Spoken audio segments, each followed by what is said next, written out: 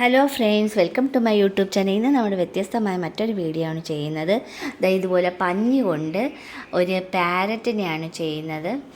അത് വാൾ ഡെക്കറേഷനായിട്ടാണ്. ഇതുപോലെ പഞ്ഞി വെറുതെ നമ്മളെടുത്ത് ചുരുട്ടി ഒരു ഓവൽ ഷേപ്പ് ആക്കിയാണ്. ഈ കാണിക്കുന്ന കണക്ക് തന്നെ ഒരു ഓവൽ ഷേപ്പ് ആക്കി കഴിഞ്ഞാൽ അതിൻ്റെ അകത്ത് വേണമെങ്കിൽ നമുക്ക് ടിഷ്യൂ പേപ്പർ മടക്കി വെച്ചിട്ട് അത് കവർ വേണമെങ്കിൽ ചെയ്യാം. ഇനി ആ ഓവൽ ഷേപ്പ് പോലെയെന്ന് വെച്ചാൽ ബാക്കിലോട്ട് വാല് വെക്കത്തക്ക വിധത്തിലാണ് ഈ ഓവൽ ഷേപ്പ് ആക്കുന്നത്. ഇനി അത് ഇതുപോലെ തന്നെ ഉരുട്ടി ഒരു ചെറിയ ഒരു തലയ്ക്ക് വേണ്ടിയിട്ടാണ് അത് കവർ ചെയ്താണ് എടുക്കുന്നത് പഞ്ഞി കൊണ്ട്. ഇനിയെന്ന് വെച്ചാൽ അവിടെ കിടന്ന എൻ്റെ കയ്യിലുള്ളൊരു ടേപ്പിൻ്റെ അതാണ്. അതൊരു ഒരു ലവിൻ്റെ ഒരു മാർക്കിന് വേണ്ടിയിട്ടാണ് ഇത്.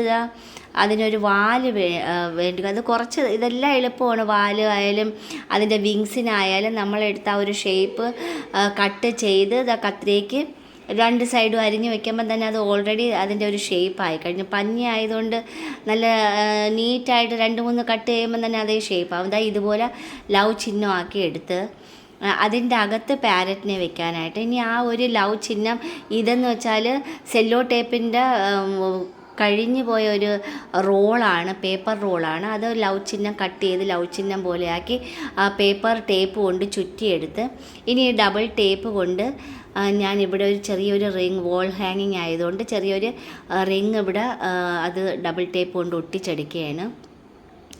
രണ്ട് സൈഡിൽ നിന്നും എടുത്ത് ഇതുപോലെ ഒട്ടിച്ചെടുക്കുക. അല്ലെങ്കിൽ നമ്മൾ സെല്ലോ ടേപ്പ് വെച്ച് ഒട്ടിച്ചെടുത്താലും മതി. അപ്പോൾ ഈ റിങ് ഞാൻ ടൈറ്റായിട്ട് തന്നെ ഇരുന്നോളും, അത് ഇളകി പോകാത്ത വിധമാണ്. ഇത് ഗോൾഡൻ വയർ ചുറ്റിയെടുത്തിരിക്കുകയാണ് ഫ്ലവർ മേക്കിങ്ങിൻ്റെ.